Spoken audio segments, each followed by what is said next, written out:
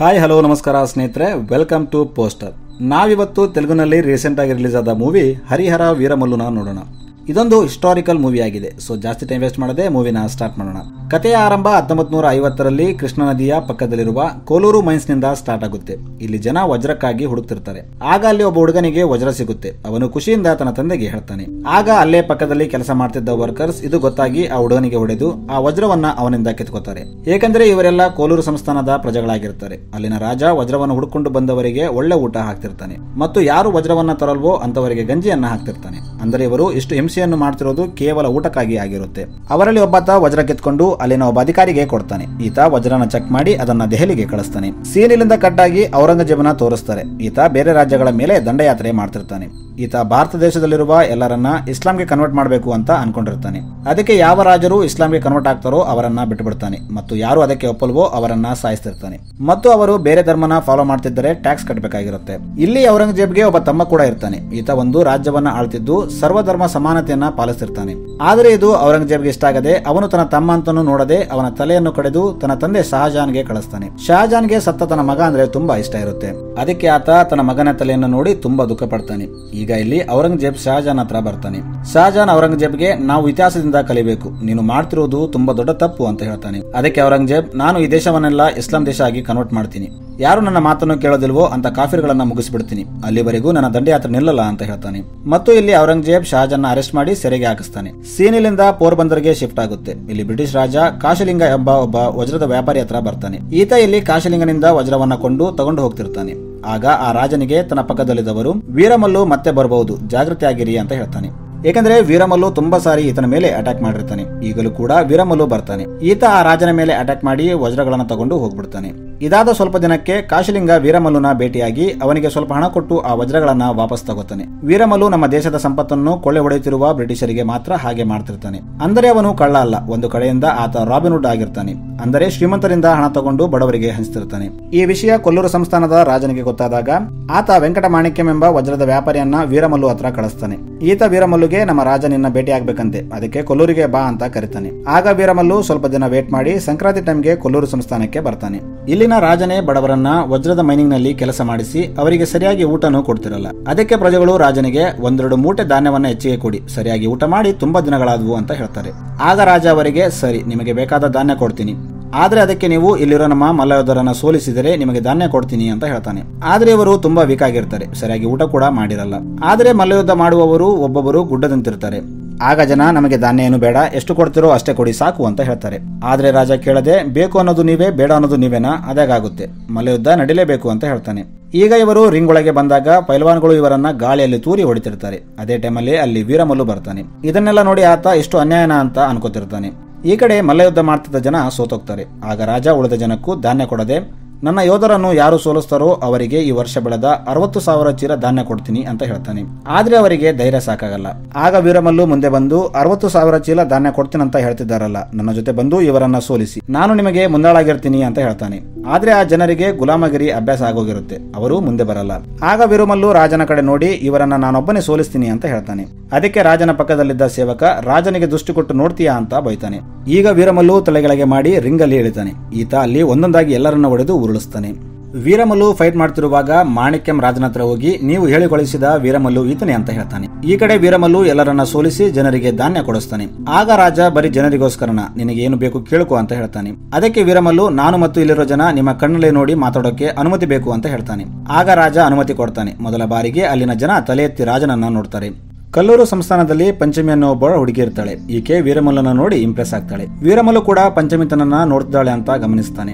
ಅದಕ್ಕೆ ಆತ ರಾತ್ರಿ ಆದಾಗ ಪಂಚಮಿ ಒಬ್ಬಳೆ ಇರೋದನ್ನ ನೋಡಿ ಆಕೆ ರೂಮ್ಗೆ ಹೋಗ್ತಾನೆ. ಇಲ್ಲಿ ಮಲ್ಲು ಪಂಚಮಿಗೆ, ನೀನು ನನ್ನ ನೋಡ್ತಿದ್ದನ್ನ ನಾನು ನೋಡಿದೆ, ನಿನಗೆ ನಾನಂದ್ರೆ ಇಷ್ಟನಾ ಅಂತ ಕೇಳ್ತಾನೆ.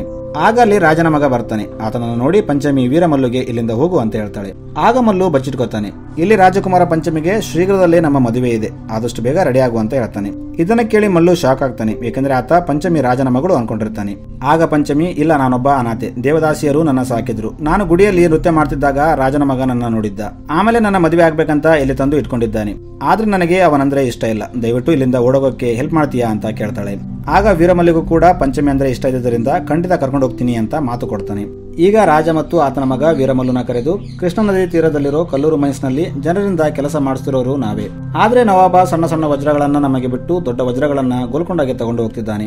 ಇನ್ನು 2 ದಿನಗಳಲ್ಲಿ 12 ದೊಡ್ಡ ವಜ್ರಗಳನ್ನ ನವಾಬ್ ಗೋಲ್ಕೊಂಡಾಗೆ ಸಾಗಿಸ್ತಿದ್ದಾನೆ. ಆಗ ನೀನು ಅವರ ಮೇಲೆ ಅಟ್ಯಾಕ್ ಮಾಡಿ ಆ ವಜ್ರನ ನಮಗೆ ಪೋರ್ಬಂದರ್ನಲ್ಲಿ ತಂದು ಕೊಡಬೇಕು.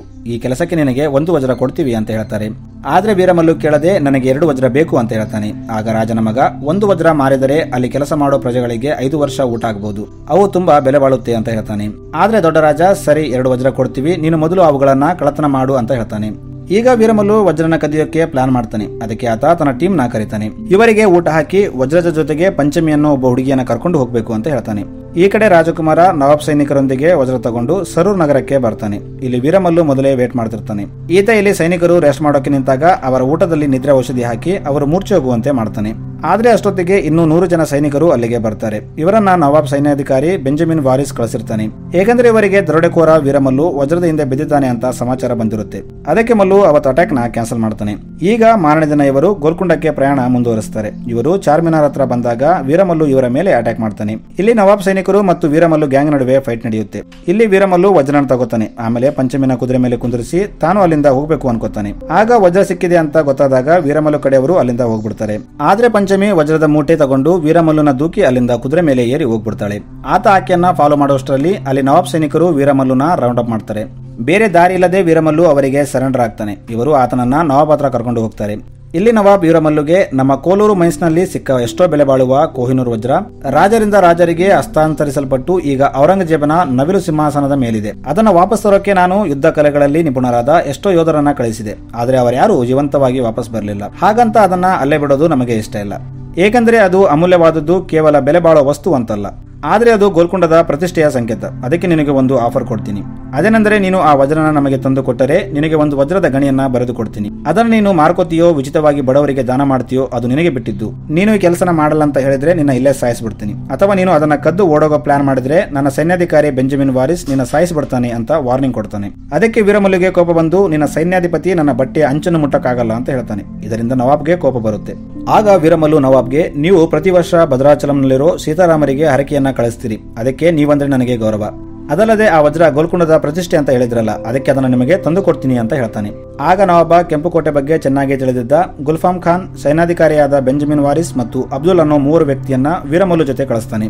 ಈಗ ವೀರಮಲ್ಲು ಕೂಡ ತನ್ನ ಟೀಮ್ ಎಲ್ಲಿದೆ ಅಂತ ತಿಳ್ಕೊಂಡು ಅವರನ್ನ ಒಟ್ಟುಗೂಡಿಸಿ ಅವರನ್ನ ದೆಹಲಿ ಕಡೆ ಕರ್ಕೊಂಡು ಹೋಗ್ತಾನೆ. ಇನ್ನೊಂದು ಕಡೆ ಔರಂಗಜೇಬ್ ಸೈನ್ಯಾಧಿಕಾರಿಯಾದ ಉಸ್ಮಾನ್ ಖಾನ್ಗೆ ವೀರಮಲ್ಲು ಕೊಹಿನೂರ್ ವಜ್ರಕ್ಕಾಗಿ ದೆಹಲಿಗೆ ಹೋಗ್ತಿದ್ದಾನೆ ಅಂತ ಗೊತ್ತಾಗುತ್ತೆ. ಅದಕ್ಕೆ ಆತ ತನ್ನ ಸೈನಿಕರೊಂದಿಗೆ ವೀರಮಲ್ಲು ಮತ್ತು ಅವರ ಕಡೆಯವರನ್ನ ಫಾಲೋ ಮಾಡ್ತಾ ಹೋಗ್ತಿರ್ತಾನೆ. ಈ ಕಡೆ ವೀರಮಲ್ಲು ಮತ್ತು ಅವರ ಕಡೆಯವರು ಬುಂದೇಲ್ಖಂಡ್ಗೆ ಬಂದಾಗ ಅಲ್ಲಿ ಒಂದು ಗುಡ್ಡ ಏರಿ ಹೋಗಬೇಕಾಗಿರುತ್ತೆ. ಆದ್ರೆ ಅಲ್ಲಿ ಅಚಾನಕ್ ಆಗಿ ಪಕ್ಷಿಗಳು ಹಾರಕ್ಕೆ ಸ್ಟಾರ್ಟ್ ಮಾಡ್ತವೆ. ಅವು ಗುಡ್ಡದಿಂದ ದೂರ ಹೋಗ್ತಿರ್ತವೆ. ಇದನ್ನ ಗಮನಿಸಿದ ವೀರಮಲ್ಲು ಈ ದಾರಿ ಬಿಟ್ಟು ಬೇರೆ ದಾರಿ ಇಲ್ಲವಾ ಅಂತ ಕೇಳ್ತಾನೆ. ಆಗ ಗುಲ್ಫಾಮ್ ಖಾನ್, ನಾನು ಯಾವಾಗ್ಲೂ ಇದೇ ದಾರಿಯಲ್ಲಿ ದೆಹಲಿಗೆ ಹೋಗ್ತೀನಿ, ಇದೇ ಸರಿಯಾದ ದಾರಿ ಅಂತ ಕರ್ಕೊಂಡು ಹೋಗ್ತಿರ್ತಾನೆ. ಆಗ ಸ್ವಲ್ಪ ಮುಂದೆ ಹೋದಾಗ ಅಲ್ಲಿ ದೊಡ್ಡ ದೊಡ್ಡ ಕಲ್ಲುಗಳು ಬೀಳೋಕೆ ಸ್ಟಾರ್ಟ್ ಆಗುತ್ತೆ. ಕಲ್ಲಿಂದ ತಪ್ಪಿಸಿಕೊಳ್ಳಕ್ಕೆ ಹೋಗಿ ಗುಲ್ಫಾಮ್ ಕುದುರೆಯಿಂದ ಕೆಳಗೆ ಬೀಳ್ತಾನೆ. ಗುಲ್ಫಾಮ್ ಗುಡ್ಡದಿಂದ ಕೆಳಗೆ ಬೀಳುವಷ್ಟರಲ್ಲಿ ವೀರಮಲ್ಲು ಆತನನ್ನ ಕಾಪಾಡ್ತಾನೆ. ಇವರೆಲ್ಲ ಅಲ್ಲಿಂದ ತಪ್ಪಿಸಿಕೊಂಡ ಮೇಲೆ ವೀರಮಲ್ಲುಗೆ ಕಲ್ಲುಗಳು ಬೀಳುತ್ತೆ ಅಂತ ಹೇಗೆ ಗೊತ್ತಾಯ್ತು ಅಂತ ಶಾಕ್ ಆಗ್ತಾರೆ. ಇವರು ರಾತ್ರಿ ಆದಾಗ ಒಂದು ಕಡೆ ವಿಶ್ರಾಂತಿ ತಗೋತಿರ್ತಾರೆ. ಆಗ ಗುಲ್ಫಾಮ್ ಖಾನ್ ಕಾಡು ಪ್ರಾಣಿಗಳು ಬರಬಹುದು ಅಂತ ಎಚ್ಚರದಿಂದಿರ್ತಾನೆ. ಆಗ ಅಲ್ಲಿ ಗುಳ್ಳೆನರಿಗಳು ಬರುತ್ತೆ. ಆಗ ಗುಲ್ಫಾಮ್ ಅವುಗಳಿಗೆ ಶೂಟ್ ಮಾಡೋಕೆ ಗನ್ ತಗೋತಾನೆ. ಆಗ ವೀರಮಲ್ಲು ಗುಲ್ಫಾಮ್ ಕೈಯಲ್ಲಿದ್ದ ಗನ್ ತಗೊಂಡು ಬಿಸಾಕ್ತಾನೆ. ಆಮೇಲೆ ಆ ನರಿಗಳ ಕಣ್ಣೊಳಗೆ ನೋಡ್ತಾನೆ. ಇದು ಯಾವ ವಿದ್ಯೆ ಅಂತ ಯಾರಿಗೂ ಗೊತ್ತಾಗಲ್ಲ. ಆದ್ರೆ ಆ ನರಿಗಳು ಏನು ಮಾಡದೆ ಅಲ್ಲಿಂದ ಹೋಗ್ಬಿಡ್ತವೆ. ಇವರು ಈಗ ಮಾರನೇ ದಿನ ಪ್ರಯಾಣ ಮಾಡ್ತಾ ಒಂದು ಊರಿಗೆ ಬರ್ತಾರೆ. ಇಲ್ಲಿ ವೀರಮಲ್ಲು ತನ್ನ ಕುದುರೆಗೆ ನೀರು ಕುಡಿಸಿದಾಗ ಅಲ್ಲಿ ಅವನಿಗೆ ಒಂದು ಬಟ್ಟೆ ಕಾಣುತ್ತೆ. ಅದು ಪಂಚಮಿ ವಜ್ರ ಹಾಕೊಂಡು ಓಡೋದ ಬಟ್ಟೆ ತರ ಇರುತ್ತೆ. ಆಗ ಮಲ್ಲು ಅಲ್ಲೇ ಇದ್ದ ಒಬ್ಬ ಅಜ್ಜಿಗೆ ಈ ಬಟ್ಟೆ ಜೊತೆ ಬಂದ ಹುಡುಗಿ ಎಲ್ಲಿ ಅಂತ ಕೇಳ್ತಾನೆ. ಆಗ ಆಕೆ ಆ ಹುಡುಗಿ ಇದ್ದ ಜಾಗ ಹೇಳ್ತಾಳೆ. ವೀರಮಲ್ಲು ಅಲ್ಲಿಗೆ ಹೋಗಿ ನೋಡಿದಾಗ ಆಕೆ ಪಂಚಮಿ ಆಗಿರ್ತಾಳೆ. ವೀರಮಲ್ಲು ಪಂಚಮಿಗೆ ಯಾಕೆ ನನಗೆ ಮೋಸ ಮಾಡಿ ಹೋದೆ ಅಂತ ಕೇಳ್ತಾನೆ. ಅದಕ್ಕೆ ಪಂಚಮಿ, ನನ್ನಂತ ದೇವದಾಸಿಯರನ್ನ ಬಿಡಿಸೋಕೆ ತುಂಬಾ ಹಣ ಬೇಕು, ಅದಕ್ಕೆ ನಾನು ವಜ್ರ ತಗೊಂಡು ಓಡಿ ಹೋದೆ ಅಂತ ಹೇಳ್ತಾಳೆ. ಆದ್ರೆ ವೀರಮಲ್ಲು ಆಕೆಯನ್ನ ನಿಜವಾಗ್ಲೂ ಟ್ರೂ ಲವ್ ಮಾಡ್ತಿದ್ದರಿಂದ ಆಕೆಯನ್ನ ತಮ್ಮ ಜೊತೆ ಕರ್ಕೊಂಡು ಹೋಗ್ತಾನೆ. ಇವರು ಪ್ರಯಾಣ ಮಾಡ್ತಾ ನಾರ್ತ್ ನಲ್ಲಿದ್ದ ಒಂದು ವಿಲೇಜ್ಗೆ ಬರ್ತಾರೆ. ಇಲ್ಲಿ ತುಂಬಾ ವರ್ಷಗಳಿಂದ ಮಳೆ ಆಗಿರಲ್ಲ. ಇದರಿಂದ ಅಲ್ಲಿದ್ದ ಭೂಮಿ ಎಲ್ಲ ಬಂಜರಾಗಿರುತ್ತೆ. ಸರಿಯಾಗಿ ಧಾನ್ಯ ಬೆಳೆಯದೆ ಜನ ಉಪವಾಸ ಸಾಯ್ತಿರ್ತಾರೆ. ಆಗ ವೀರಮಲ್ಲು ತಮ್ಮ ಹತ್ರ ಇದ್ದ ಧಾನ್ಯ ಮತ್ತು ನೀರನ್ನ ಅಲ್ಲಿನ ಜನರಿಗೆ ಕೊಡ್ತಾನೆ. ಅಲ್ಲಿದ್ದ ಮುಸ್ಲಿಂ ಮಹಿಳೆ ಒಬ್ಬಾಕೆ ವೀರಮಲ್ಲು ಮಾಡ್ತಿದ್ದ ಹೆಲ್ಪ್ ನೋಡಿ, ನೀನು ಯಾವ ಕೆಲಸಕ್ಕಾಗಿ ಹೋಗ್ತಿದೀಯಾ ಅಂತ ಗೊತ್ತಿಲ್ಲ, ಆದ್ರೆ ದೇವರು ನಿನ್ನ ಕೆಲಸನ ಯಶಸ್ವಿಯಾಗುವಂತೆ ಮಾಡ್ಲಿ ಅಂತ ಹೇಳ್ತಾಳೆ. ಇವರು ಅಲ್ಲಿಂದ ಮುಂದೆ ಹೋಗ್ತಿದ್ದಾಗ ಊರ ಹೊರಗೆ ಕೆಲವು ಋಷಿಮುನಿಗಳು ಮಳೆ ಆಗ್ಲಿ ಅಂತ ಯಾಗ ಹೋಮ ಮಾಡ್ತಿರ್ತಾರೆ. ಇವರನ್ನ ಫಾಲೋ ಮಾಡ್ತಾ ಬರ್ತಿದ್ದ ಉಸ್ಮಾನ್ ಖಾನ್ ಕೂಡ ಅಲ್ಲಿಗೆ ಬರ್ತಾನೆ. ಈತ ಯಾಗ ನಡೀತಿರೋದನ್ನ ನೋಡಿ ಅದನ್ನ ಹೇಗಾದ್ರೂ ಮಾಡಿ ತಡಿಬೇಕಂತ ಆ ಕಡೆ ಹೋಗ್ತಿರ್ತಾನೆ. ಆಗ ವೀರಮಲ್ಲು ಉಸ್ಮಾನ್ ಖಾನ್ ತಡಿಬೇಕಂತ ಯಾಗ ನಡೀತಿದ್ದ ಜಾಗದ ಸುತ್ತ ಇದ್ದ ಹುಲ್ಲಿಗೆ ಬಾಣದಿಂದ ಬೆಂಕಿ ಹಚ್ತಾನೆ. ಇದನ್ನ ನೋಡಿ ಉಸ್ಮಾನ್ ಖಾನ್ ಈ ಬೆಂಕಿಯಲ್ಲಿ ಇವರೇ ಸುಟ್ಟು ಸತ್ತೋಗ್ತಾರೆ ಅಂತ ಅಲ್ಲಿಂದ ಹೋಗ್ಬಿಡ್ತಾನೆ. ಆಗ ಗುಲ್ಫಾನ್ ಖಾನ್ ವೀರಮಲ್ಲುಗೆ ಉಸ್ಮಾನ್ ಖಾನ್ ಬಂದರೆ ಅವನಿಂದ ಹೋರಾಡಿ ಹೇಗೋ ಗೆಲ್ಲಬಹುದಾಗಿತ್ತು, ಆದ್ರೆ ನೀನು ಬೆಂಕಿ ಹಚ್ಚಿದ್ದರಿಂದ ಈಗ ಇಲ್ಲಿಂದ ಹೇಗೆ ತಪ್ಪಿಸ್ಕೋಬೇಕು, ಸುತ್ತ ಬೆಂಕಿ ಇದೆ ಅಂತ ಹೇಳ್ತಾನೆ. ಆಗ ಅಲ್ಲಿ ಮಳೆ ಬರೋಕೆ ಸ್ಟಾರ್ಟ್ ಆಗುತ್ತೆ, ಇದರಿಂದ ಬೆಂಕಿ ಆರೋಗುತ್ತೆ. ಆಗ ಹೋಮ ಮಾಡ್ತಿದ್ದ ಋಷಿ ಎದ್ದು ಬಂದು ವೀರಮಲ್ಲುಗೆ ಈ ಯಾಗ ನಿನ್ನಿಂದಾಗಿ ಯಶಸ್ವಿ ಆಯ್ತು ಅಂತ ಹೇಳ್ತಾನೆ. ಮತ್ತು ಆಮೇಲೆ ನೀನ್ ಯಾವ ಕೆಲಸಕ್ಕೆ ಹೋಗ್ತಿದ್ದೀಯೋ ಅದು ಯಶಸ್ವಿ ಆಗ್ಲಿ ಅಂತ ಆಶೀರ್ವಾದ ಮಾಡ್ತಾನೆ. ಇವರು ಅಲ್ಲಿಂದ ಮುಂದೆ ಹೋಗ್ತಿದ್ದಾಗ ಗುಲ್ಫಾನ್ ಖಾನ್ ವೀರಮಲ್ಲುಗೆ ನೀನು ಯಾರು ಅಂತ ಕೇಳ್ತಾನೆ. ಆಗ ಅವರ ಜೊತೆ ಇದ್ದವರು ಇದೇನು ಹೊಸದಾಗಿ ನೀನು ಯಾರು ಅಂತ ಕೇಳ್ತಿದ್ದೀಯಾ, ವೀರಮಲ್ಲು ಯಾರು ಅಂತ ನಮಗೆಲ್ಲ ಗೊತ್ತು ಅಂತ ಹೇಳ್ತಾರೆ. ಆಗ ಗುಲ್ಫಾನ್ ಖಾನ್ ಈತ ಒಬ್ಬ ಕಳ್ಳ ಅಂತೂ ಅಲ್ಲ, ಯಾಕಂದ್ರೆ ಒಬ್ಬ ಸಾಮಾನ್ಯ ಕಳ್ಳನಿಗೆ ಇಷ್ಟೊಂದು ಜ್ಞಾನ ಇರಲ್ಲ. ನೀನು ಕಳ್ಳನೇ ಆಗಿದ್ದರೆ ಗುಡ್ಡದಿಂದ ಕಲ್ಲು ಬೀಳೋದು ಮೊದಲೇ ಹೇಗೆ ಗೊತ್ತಾಯ್ತು, ಮತ್ತು ರಾತ್ರಿ ನರಿಗಳನ್ನ ಓಡಿಸಿದ್ದು ಮತ್ತು ಈಗ ಮಳೆ ಬರುತ್ತೆ ಅಂತ ಗೊತ್ತಾಗಿ ಬೆಂಕಿ ಹಚ್ಚಿದ್ದು, ಇದೆಲ್ಲ ನೋಡಿದ್ರೆ ನವಾಬ ಹೇಳಿದಕ್ಕೆ ನೀನು ದೆಹಲಿಗೆ ಹೋಗ್ತಾ ಇಲ್ಲ, ಇದೆಲ್ಲ ನಿನ್ನ ಪ್ಲಾನ್ ಇರಬೇಕು ಅಂತ ಹೇಳ್ತಾನೆ. ಈಗ ವೀರಮಲ್ಲು ಸ್ವಲ್ಪ ದಿನಗಳ ಹಿಂದೆ ಏನು ನಡೀತು ಅಂತ ಹೇಳ್ತಾನೆ. ಈಗ ಸ್ಟೋರಿ ಫ್ಲಾಶ್ ಬ್ಯಾಕ್ಗೆ ಹೋಗುತ್ತೆ. ಇಲ್ಲಿ ಒಂದು ಊರಲ್ಲಿ ದೇವಿಯ ಜಾತ್ರೆ ನಡೀತಿರುತ್ತೆ. ಆಗ ಅಲ್ಲಿ ಒಬ್ಬ ಮೌಲಾನ ಅನ್ನೋ ವ್ಯಕ್ತಿ ಬಂದು ಅಲ್ಲಿದ್ದ ಜನರಿಗೆ ಹೊಡೆದು ಜಾತ್ರೆಯನ್ನ ಹಾಳು ಮಾಡ್ತಾನೆ ಮತ್ತು ಅವರಲ್ಲಿದ್ದ ಬಂಗಾರ ಮತ್ತು ನಾಣ್ಯಗಳನ್ನ ತಗೋತಾನೆ. ಮೌಲಾನ ಅಲ್ಲಿದ್ದ ಜನರಿಗೆ ನಾನು ಇಷ್ಟು ದೌರ್ಜನ್ಯ ಮಾಡ್ತಿದ್ದನಲ್ಲ, ನಿಮ್ಮ ದೇವರಲ್ಲಿ ಯಾರಾದ್ರೂ ಬಂದು ನಿಮ್ಮನ್ನ ಕಾಪಾಡ್ತಿದ್ದಾರಾ, ನೀವು ಈಗಲೇ ಇಸ್ಲಾಂಗೆ ಕನ್ವರ್ಟ್ ಆದ್ರೆ ನಾನು ನಿಮ್ಮನ್ನ ಏನು ಮಾಡೋದಿಲ್ಲ ಅಂತ ಹೇಳ್ತಾನೆ. ಆದ್ರೆ ಅಲ್ಲಿದ್ದ ಜನ ಕನ್ವರ್ಟ್ ಆಗೋಕೆ ಒಪ್ಪಲ್ಲ. ಆಗ ಮೌಲಾನ ತನ್ನ ಕಡೆಯವರಿಗೆ ಹೇಳಿ ಗುಡಿಯಲ್ಲಿನ ಮೂರ್ತಿಯನ್ನ ಕೆಡುವಂತ ಹೇಳ್ತಾನೆ. ಆಗ ಅಲ್ಲಿ ವೀರಮಲ್ಲು ಬಂದು ಅವರನ್ನೆಲ್ಲ ಸಾಯಿಸ್ಬಿಡ್ತಾನೆ ಮತ್ತು ಕೊನೆಗೆ ಮೌಲಾನಾಗೆ ಇದನ್ನೆಲ್ಲ ನಿನ್ನ ರಾಜನಿಗೆ ಹೇಳೋಕೆ ಯಾರಾದ್ರೂ ಬೇಕಲ್ಲ, ಅದಕ್ಕೆ ನೀನು ಹೋಗಿ ಔರಂಗಜೇಬ್ಗೆ ಇದೆಲ್ಲ ಹೇಳು ಅಂತ ಹೇಳ್ತಾನೆ. ಈಗ ಮೌಲಾನ ದೆಹಲಿಗೆ ಬಂದು ಔರಂಗಜೇಬ್ಗೆ ಇದೆಲ್ಲ ಹೇಳ್ತಾನೆ. ಆಗ ಅಲ್ಲೇ ಇದ್ದ ಒಬ್ಬ ವ್ಯಕ್ತಿ, ಹೌದು ವೀರಮಲ್ಲು ಬಗ್ಗೆ ತುಂಬಾ ಕೇಳಿದ್ದೀನಿ, ಆತ ತಾನು ಇರೋ ಅಗ್ರಹಾರದಲ್ಲಿ 5 ಜನ ಗುರುಗಳಿಗೆ ಆಶ್ರಯ ಕೊಟ್ಟಿದ್ದಾನೆ, ಅವರೇ ಎಲ್ಲರಿಗೆ ವೇದಗಳ ಪಠನೆ ಮಾಡ್ತಿದ್ದಾರೆ, ಅವರನ್ನ ನಮ್ಮವರು ಯಾರಾದ್ರೂ ತಡೆಯೋಕೆ ಹೋದ್ರೆ ವೀರಮಲ್ಲು ಅವರನ್ನ ಸಾಯಿಸಿದ್ದಾನೆ ಅಂತ ಹೇಳ್ತಾನೆ. ಆಗ ಔರಂಗಜೇಬ್ ವೀರಮಲ್ಲುನ ಹಾಗೆ ಬಿಟ್ಟರೆ ಅವನನ್ನು ನೋಡಿ ಬೇರೆಯವರು ತಿರುಗಿ ಬಿದ್ದಾರು, ಅದಕ್ಕೆ ಅವನನ್ನ ಆದಷ್ಟು ಬೇಗ ಮುಗಿಸಿಬಿಡಿ ಅಂತ ಹೇಳ್ತಾನೆ. ಈಗ ಔರಂಗಜೇಬ್ ಸೈನ್ಯಾಧಿಕಾರಿ ಮುಕ್ಬಾಲ್ ವೀರಮಲ್ಲುನ ಸಾಯಿಸೋಕೆ ಅಗ್ರಹಾರಕ್ಕೆ ಹೋಗ್ತಾನೆ. ಆದ್ರೆ ಇಲ್ಲಿ ಗುರುಕುಲದಲ್ಲಿ ಊಟ ಮುಗಿಸಿ ಎಲ್ಲರೂ ಮಲ್ಕೊಂಡಿರ್ತಾರೆ. ಮುಖ್ಯ ಗುರುಗಳು ಗುಡಿಗೆ ಬೀಗ ಹಾಕಿ ಬರ್ತಿದ್ದಾಗ ಯಾರೋ ದಾಳಿಗೆ ಬರ್ತಿದ್ದಾರೆ ಅಂತ ಗ್ರಹಿಸ್ತಾರೆ.